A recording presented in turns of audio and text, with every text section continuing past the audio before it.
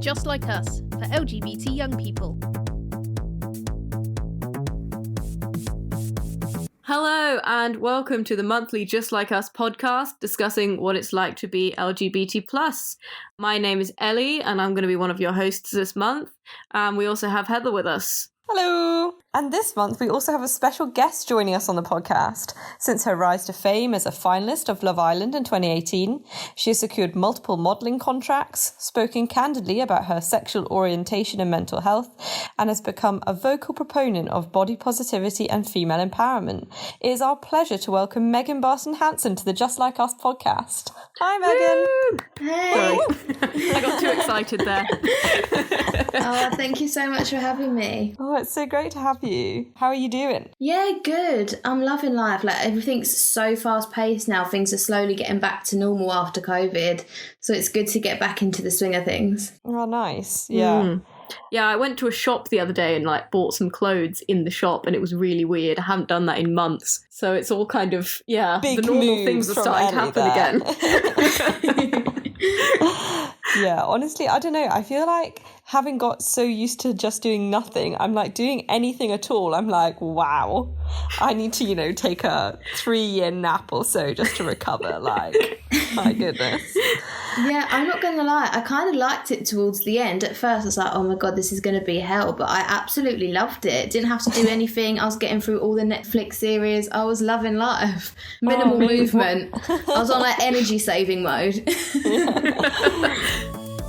You're listening to Just Like Us, the monthly show for LGBT young people. From September the 16th to the 23rd is Bisexual Awareness Week. So it's great that we have a very prominent bisexual guest on this month's podcast.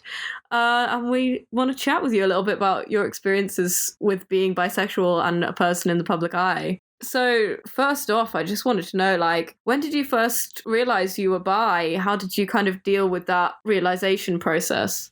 I feel like it was pretty late in terms of coming out. I know a lot of girls I spoke to and stuff who are either gay or bi, they knew from a really young age.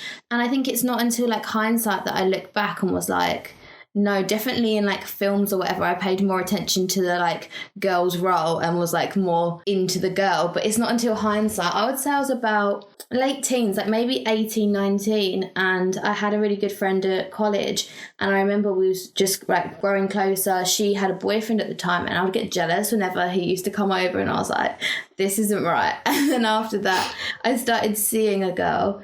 But then, she quickly, dismissed things. And I think it's at that age, you don't know if you're gay or, bisexual or, what the situation is. We just enjoyed each other's company and stuff and was hanging out more and more. So it was just, for me, it was, odd little experiences here and there. I never really thought, right, this is a life-changing moment. I'm definitely bi, I'm definitely gay or whatever. It just was kind of, odd little things. I definitely relate to that in terms of, coming into an understanding of yourself often, especially in films and TV, there's a light bulb moment or something. And I feel like that, maybe that happens for some people, but for most people I spoke to, it doesn't come like that. It's sort of small clues come together and then you sort of put the pieces together like a puzzle or something. And you're like, oh, that might be what that means, and you a bit sort of try things out and see where they go. Yeah, that's really refreshing to hear because, like I said, a lot of my friends who are gay or bisexual, they've always kind of known, and I kind of felt like I would question myself, I think, at the beginning, before I actually had a relationship with a girl, a long-term relationship. I was like, am I though? Or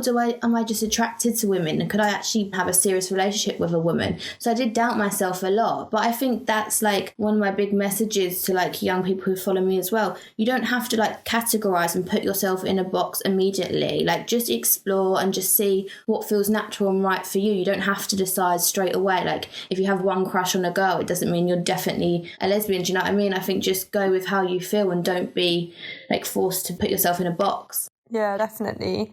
And I think also that idea, especially if you're bisexual or you bi-curious or whatever, of that idea that you have to prove that you're attracted to both genders by being in a relationship with them. So if you're in a long-term relationship with somebody of one gender, it's what if I've never like been with a girl or something, like does that mean I'm not bisexual because I've just always been dating this guy for like 3 years? It's like, so I think that is something that a lot of people kind of struggle with, that kind of pressure to like evidence your attraction or whatever, which is pretty weird when you think about it for a second, but I think it's really common.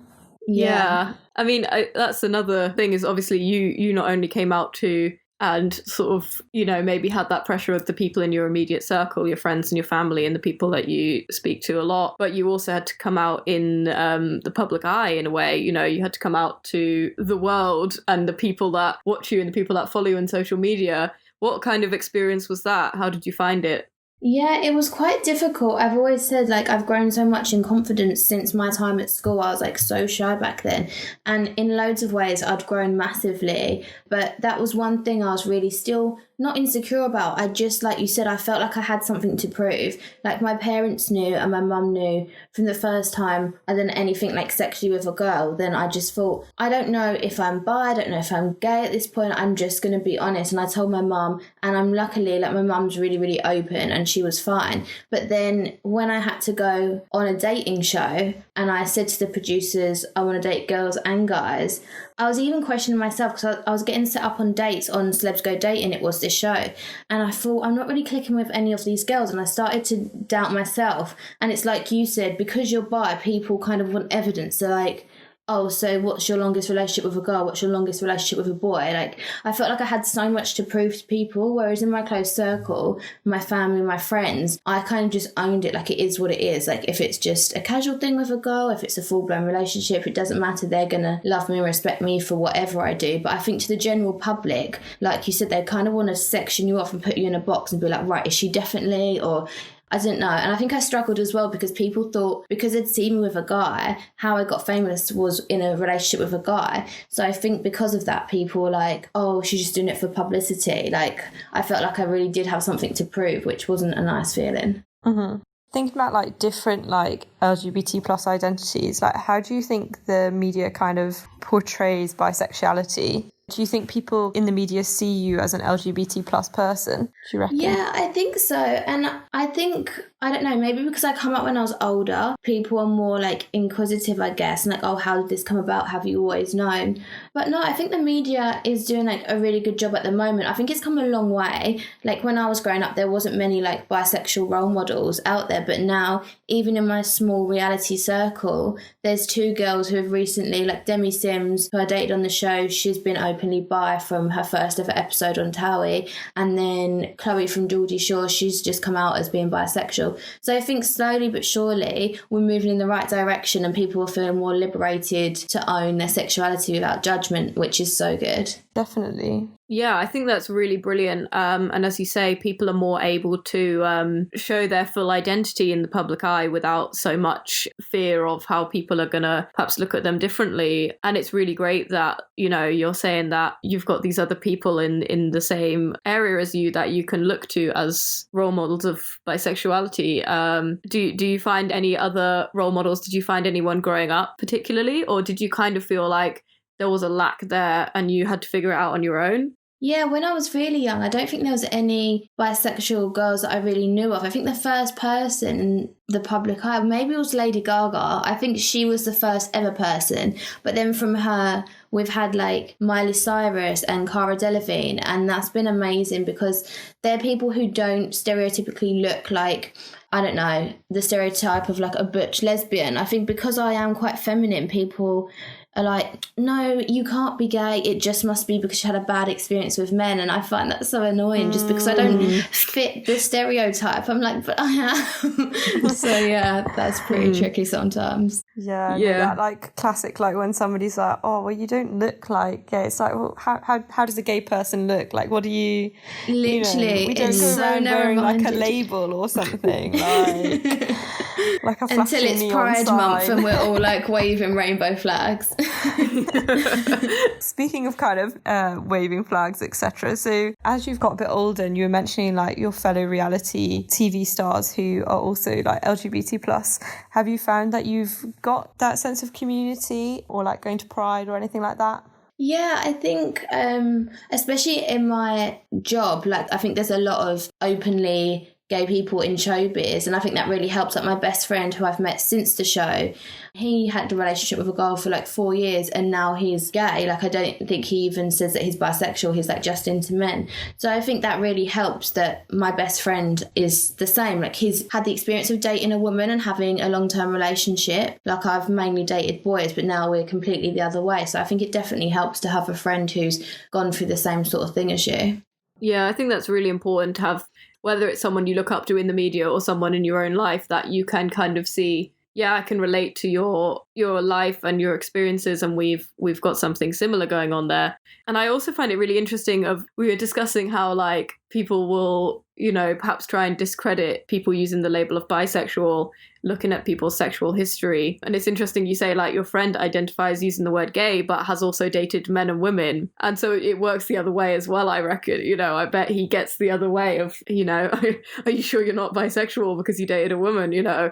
And that, I think that's the brilliant thing about bisexuality, especially because it's such a diverse identity. You know, be yourself, follow whoever you're attracted to, and let it be without there being anyone questioning whether your sexuality would change depending on who you were dating. So, yeah, I think that's really great. 100%, because don't get me wrong, like I had my first long-term relationship with a girl, and after that I thought, that's it, definitely gay. Like I wouldn't tell anyone, I wouldn't be like, right, I'm definitely gay now, but to all my close friends it's like, I'm never going to date a man again. But then I said that, and then by chance I bumped into this guy, I started seeing him. So I think the best thing is not to like label it, and don't feel like pressure to be like, right, I'm this. Just go with the flow, see how you feel, because I think it changes. It's more than the sex of someone, it's like who they are as a person. For me, it's so much deeper than whether they're male or female. Yeah, and I definitely think that is something that is slowly changing more generally, is that people are becoming more aware that labels are kind of, they're not like the be all and end all, and that's becoming more common just generally. Yeah, I think it's really good.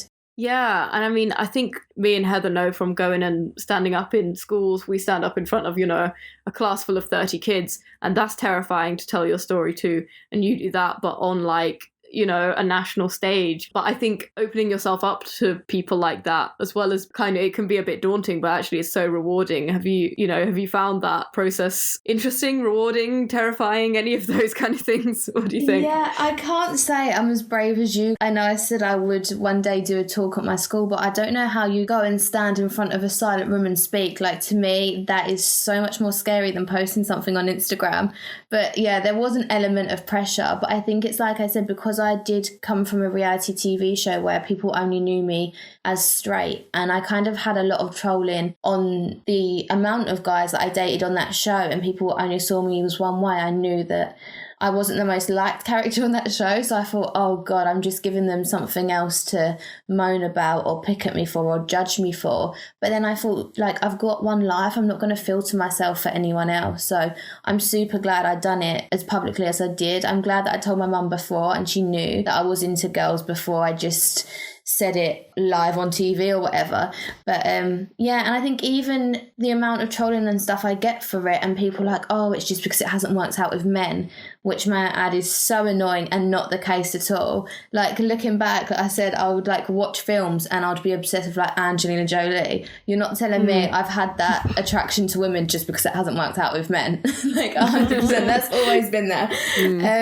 But even if it helps one or two people who are like me, like I've been able to do that so publicly, and with all the hate and trolling I was getting, I think hopefully it'll give hope to other girls if they think they might be judged on whatever level. I think just do it. You've got one life and you've really got to embrace and feel free in who you are. That's such an inspiring message, you know, to have come from. There's a lot of negativity in the story, but as you say, you come out and you're right, you've got one life, and it's great to live as a positive role model for people. And sort of speaking in that vein of inspiring people, what was your own school experience like? Because a lot of our listeners will be still at school and they will be looking at you and thinking, wow, you know, a really successful, famous person. I can't wait to be her, basically. Yeah.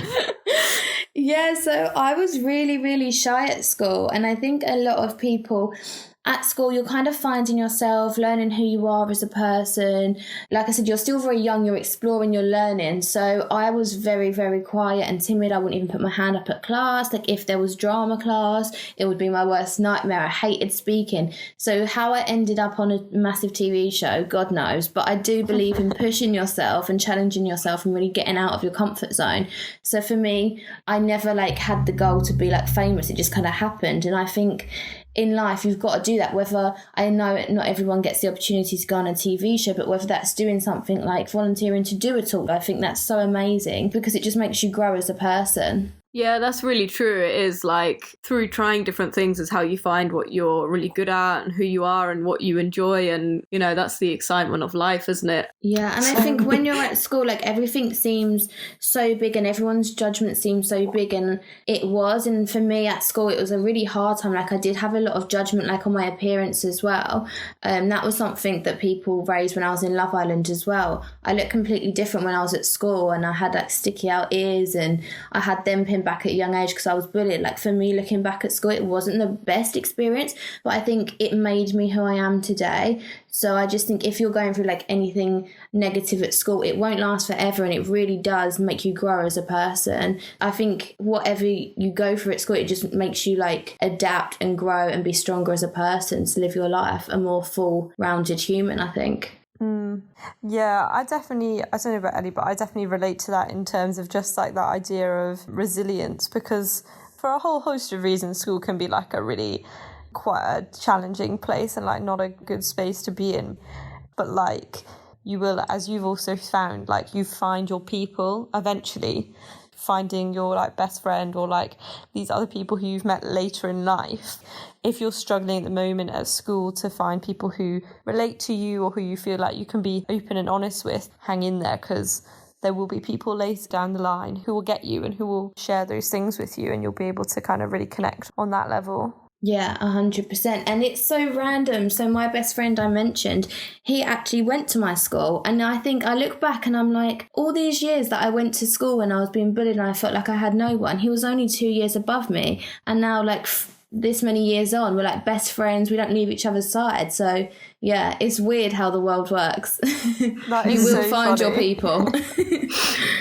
Yeah, it's very true. I feel like when I was at school, it felt like the people that I was at school with were like the only people in the world, you know, like, but by chance and by just what comes up in the progression of life, you just meet people that you click with and then they stick with you, and you just, you know, you kind of accumulate more and more people that really get you through your life. 100%. And I feel like social media is a great place for that as well. Even if you don't have like a big circle, I never had a big circle at school, and for years that really like got to me. But now with social media and stuff, you can communicate and they'll have exactly the same way of thinking of you, and you could be like halfway across the world. I think there's a whole community out there to be discovered. It's very true. Like we're sort of closer to a lot of people with the internet, you know, and it brings up some of its own problems, but it also brings a lot of its own rewards, where it's like, as you say, you can find your community online if you can't reach it in person. And especially during coronavirus lockdown, when some things aren't running in person, there's a lot of things going on. Like a lot of LGBT groups will run social groups, youth groups and things like that, where like you can meet up in a virtual space on a video call or something and meet people that's similar to you and talk through things that you share. And that's how you find people and how you get somewhere. Yeah. Mm-hmm. And I also think, kind of related to what you were saying earlier about how you felt like you were really different at school, Megan, is like that idea of it's not just necessarily you'll find your people, but also sometimes you do, as you were saying, Ellie, just need that clean slate to kind of be the version of yourself that you'd like to be. And social media can also provide that in like different platforms, like depending on what you're using, like Twitter or Tumblr or whatever. If you want that kind of very separate kind of group and very separate kind of like arena as well, I think can be a massive advantage for young people. Yeah. Do you feel any kind of pressure as someone who you've got a lot of people kind of following your story, and possibly these young LGBT plus people are sort of following you and kind of putting you as their role model? Do you feel like that's a pressure that is on you, or is it something that you just enjoy and don't feel too stressed about? Yeah, like I said, it was never my intention I never set out to be famous or to go on a reality show. I was so timid at school, so quiet. So it just kind of happened because I was kind of at a crossroads in my life. So I think now I've had that amazing experience, I've been given this wonderful platform, I really want to use it to speak about things. And I speak about so many different things, whether it's like mental health or sexuality or whatever. I just really try and use it to, if it can resonate with one person or help one person that day, that's what matters to me. It's not about doing these like hair extension campaigns or this or the other. I think doing talks like this, even with hearing your stories and just hearing the fact that you've like volunteered and you'll go to schools and do these massive talks and stuff, like I just think they're the sort of people that I want to give my time to. And this is the sort of thing that makes me happy, I would say, rather than how many likes I got on a picture. This makes me happier. That's amazing. I guess going from there, like thinking about you saying there's so many different positive messages you want to share, is there anything that you wish you'd have known when you were at school? If you could go back in time, what would you like to tell yourself then? Although it's important at that time and it seems like the whole world is like your friendship group and your school in that moment, there's a whole massive world out there as soon as you leave school. And I think just be as authentic as you can to yourself. Don't try and fit in. No one can rush you on your journey or rush you into like labelling yourself. Be you, be free, and just enjoy every minute. That's such an amazing message for our listeners to hear from you, you know, like being yourself, being free, and like expressing yourself is brilliant. It's a very convenient point for us to mention as ambassadors that we're currently recruiting for new volunteers with Just Like Us. So you can be doing as me and Heather do, going into schools and giving talks to school children about LGBT plus identities, sharing your own experience and stories to help put a stop to LGBT plus related bullying and help those people who are struggling with their identity in school to feel like they've got a role model as someone with a similar story to them and that they've got a resource there. So you can sign up to be a Just Like Us ambassador until the 23rd of October. If you look on our social media, there's loads of information about that where you can apply to join us. I think, Heather, you would agree. It's such a rewarding experience. There's so many reasons to do it. Definitely. If you kind of been sat here thinking what Megan's saying, so inspiring, so positive, and like that's the message I want to share, then that's what Just Like Us does, and that's the message that you will share when you go into schools, is empowering young people to be themselves. And I would definitely say also, like, there's so many different ways to get involved with Just Like Us. So being an ambassador is about going to schools, but it's not just about going to schools. There's the podcast, you know, with these amazing hosts. Thank you very much. Thank you for being we're here all week. But yeah, there's so many different ways to get involved, and it's really a brilliant community to be part of. So definitely do check it out and sign up before the 23rd of October. You're listening to Just Like Us, the monthly show for LGBT young people. For this month's Q&A, we're going to answer a question that gets asked a lot when we go into schools and do talks as ambassadors, which is, how do you ask for someone's pronouns, or how do you know someone's pronouns? I mean, the really simple way is to ask them, but some people can feel like just asking someone outright might come across a bit rude. So one really good tip that actually makes it a lot more comfortable to bring up that whole conversation, especially, you know, usually this situation comes up when you're meeting someone for the first time, is that when you introduce yourself, you can let them know what your pronouns are, and then, you know, they will feel more comfortable to share theirs in return. So that's a really great way of, if you say, for example, I was meeting Heather for the first time, I would say, hi, how you doing? My name's Elly, and I use the pronouns they and them. And then it would pass over to you, and you would then be able to respond in where you felt like responding. I'm Heather. I use she, her pronouns. How's it going? Cracking. Cracking. And that's an excellent example of how it could work. And that is a kind of maybe a simplification of what can be a whole variety of interactions. But that's a good place to start, is by, you know, how can you make it more comfortable for someone to share that information, is that you can make it clear that you're interested in knowing, and they might just tell you. Or if you are polite about it and you're just expressing genuine curiosity, you can just say, oh, hey, I just wasn't sure, so I wanted to check with you. What pronoun do you like to use? And I'll make sure I'm using that for you. Mm-hmm. And that's a very respectful question to ask. And it's actually, you know, some people would feel a bit awkward asking that, but it's a lot more respectful to ask that question than to just make an assumption and the assumption is wrong. You know, in my experience, that can be a lot more jarring, because then you have to be, you know, if you're on the other side, you would have to correct someone using the wrong pronoun, and it sort of can escalate something further than it necessarily needs to. Yeah. I think the other thing that sometimes people are like, oh, but well, what if I've known somebody ages and I've realised suddenly that, like, I'm not 100% sure I do know their pronouns. So then a good thing that you can just be like is, hey, I know we've obviously known each other a while, but it's good to just check in. What pronouns do you use? Or I use she, her pronouns. What pronouns do you use? And just be kind of like, I'm just checking, you know, rather than making an assumption. And again, people can be like, oh, that's a bit kind of random. In the same way that if you've forgotten to ask somebody's name in the first meeting and now you're like, oh no.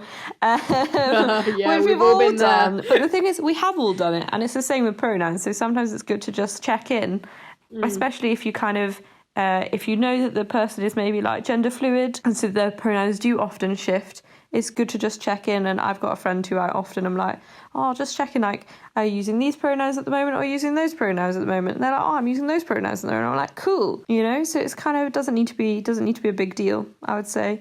And I would say when you're like asking someone's pronouns, just the key thing is just be respectful, be polite, and don't make a big deal of it. Yeah, and that not making a big deal of it thing is quite important, especially if, you know, if you check in with someone and you realise you've been using a wrong pronoun for someone, and that can be quite upsetting if you're like, oh, I think I must have been hurting the feelings of someone I'm close with. It doesn't always help to be really, really apologetic, if you know what I mean. Like, obviously, you know, do apologise, say, oh, I'm sorry that I got that wrong, I'll make sure to do it in future the right way. But, you know, if you make too much of a big deal about it, it just draws more attention to the mistake, rather than just place the emphasis on, okay, I'm going to try really hard in the future, and put your energy there and put your focus on that part of things. You know, we all slip up and we all make mistakes, and, you know, if it's an honest mistake that you've made, people are going to forgive you for that and move on. You're listening to Just Like Us, the monthly show for LGBT young people. I just want to say thank you, Megan, for being an amazing guest. Yes, oh my god. Have you got a nice chill evening after this recording? I hope you're doing something to relax now. Yeah, I am. I'm actually in my pyjamas already. So I'm just going to chill. What about you, Ellie? Have you got anything exciting plans? I mean, before we recorded this, I ate half a tub of Haagen-Dazs. And after we record this, I'm going to eat the other half of the tub of Haagen-Dazs. So that's that evening.